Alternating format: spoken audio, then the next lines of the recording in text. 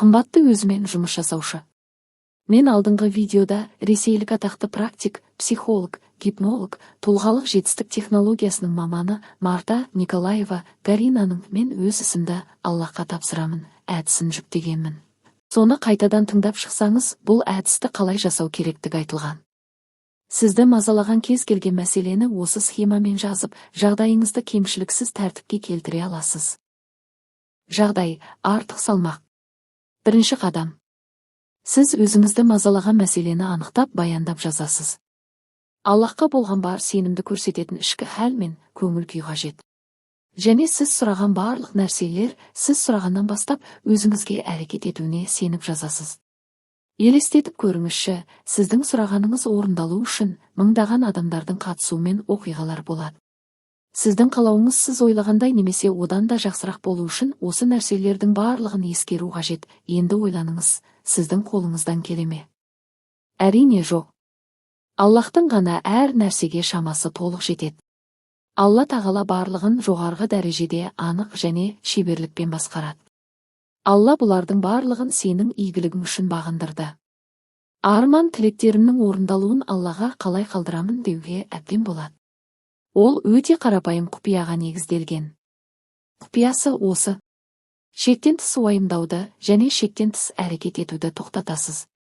Құпия осы. Шындығына келсек, мақсатыңызға оңай жету үшін не жасау керек? Мұның амалға асырылуын Аллахқа тапсыру керек.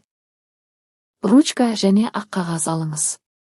Жағдайыңызды кемшіліксіз тәртіпке келтіру үшін Аллахқа тапсыратын тапсырмаңызды сценарий түзіп жазасыз. Мұнда схемадағы Аллахтың құдіретін мойындау бөлімін сөзбе-сөз көшіріп шығуыңыз мүмкін.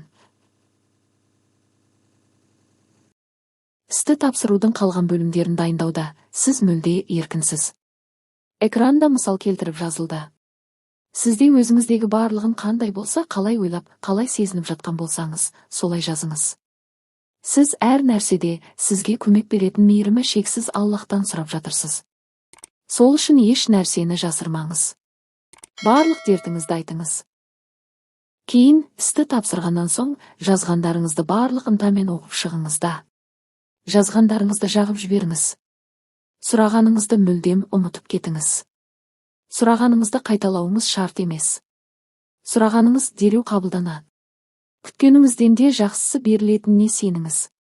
Егер мен сұрағанымды қайтадан қайталағым келсе ше? Жауап жоқ, мүмкін емес.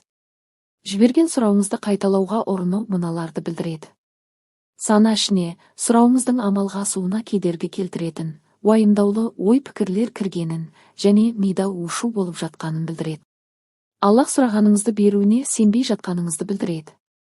Бұл ой-пікірлерді айдап салыңыз. Түсінуіңіз керек нәрсе, сіздің талабыңыз орындалу үшін миыңыз күмәндардан мүлдем таза болу керек. Тек сонда ғана сұрауыңыз тез және анық орындалуының кепілдігі болып саналады.